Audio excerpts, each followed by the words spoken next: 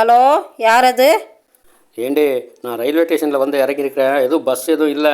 பக்கத்து வீட்டுக்காரங்கிட்ட வண்டி கொடுத்து அனுப்பி. சரி சரி, அங்கேயே இரு, யாரையாவது போய் அனுப்பி வைக்கிறேன்.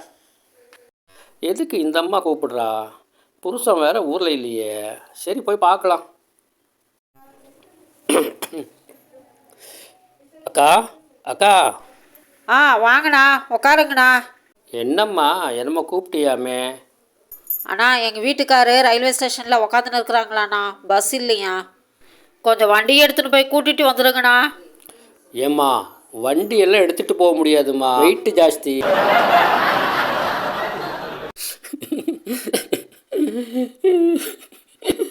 ஏன்யா நோம்பினால் அதுவும் அப்படி அழுந்துன்னு இருக்கிற? என்னை பார்த்தா பொம்பளை மாதிரியா தெரியுற? எவையா அப்படி சொன்னது? அவன் என்னை எப்போ பாரு அக்கா அக்கா அக்கான்னு கூப்பிடுறான்.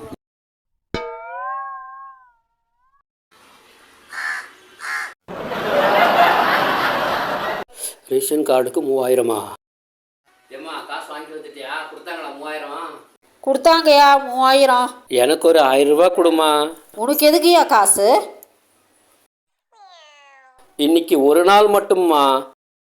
வேணும்னா ஒரு 200 ரூபாய் கொடுக்குறேன் ஒரு குவார்ட்டருக்கு. காசை வாங்கிட்டு போயிட்டு கண்டவங்க கூடலாம் சேர்ந்து குடிச்சிட்டு கும்மாளம் போடாத. நேராக கடைக்கு போனியா, வாங்கின்னு வந்தியா, வீட்டில் குடிச்சியா, கவனு படுத்தியா அப்படின்னு இருக்கணும். குடுமா குடுமா. அவ்வளோ சீக்கிரம் வாங்கிட்டு வந்துட்டேனா? அப்படி என்ன தான் இருக்குது இதில்?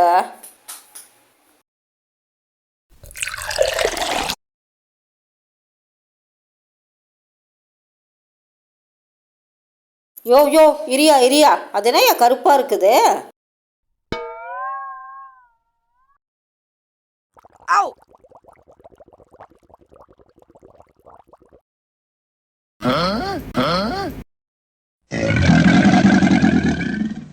நான் ஏன் இங்கே படுத்துன்னு இருக்கிறேன்?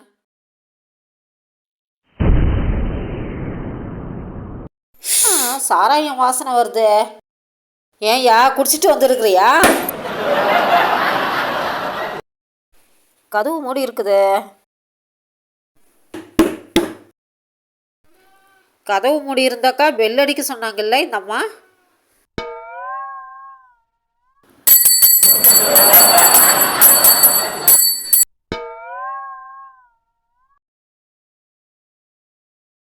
ஏய்யா, பொங்கலுக்கு எங்கள் அம்மா அப்பா ஊர்லேருந்து வராங்களா ஐயா? ஏண்டி, பொங்கல் சாப்பிட்றதுக்கு ஊர்லேருந்து வரணுமா? பக்கத்து கோயிலில் கொஞ்சம் பொங்கல் வாங்கி சாப்பிட்டா உள்ளே போவாதா?